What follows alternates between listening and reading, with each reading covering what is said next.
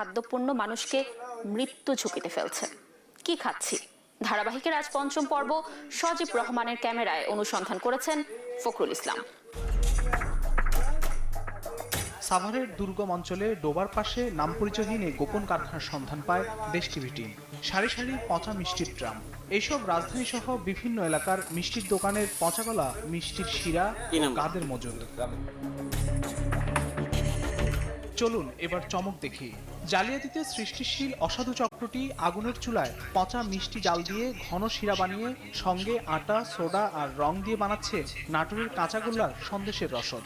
এই রসদ ঠান্ডা করতে ঢালা হচ্ছে ট্রেতে। ঠান্ডা হওয়ার পর দেখুন পায়ের নিচে ফেলে কর্মীর নিদারুণ কাটাকাটি। পচা মিষ্টি কি করেন? এই সন্দেশ বানানো হয়।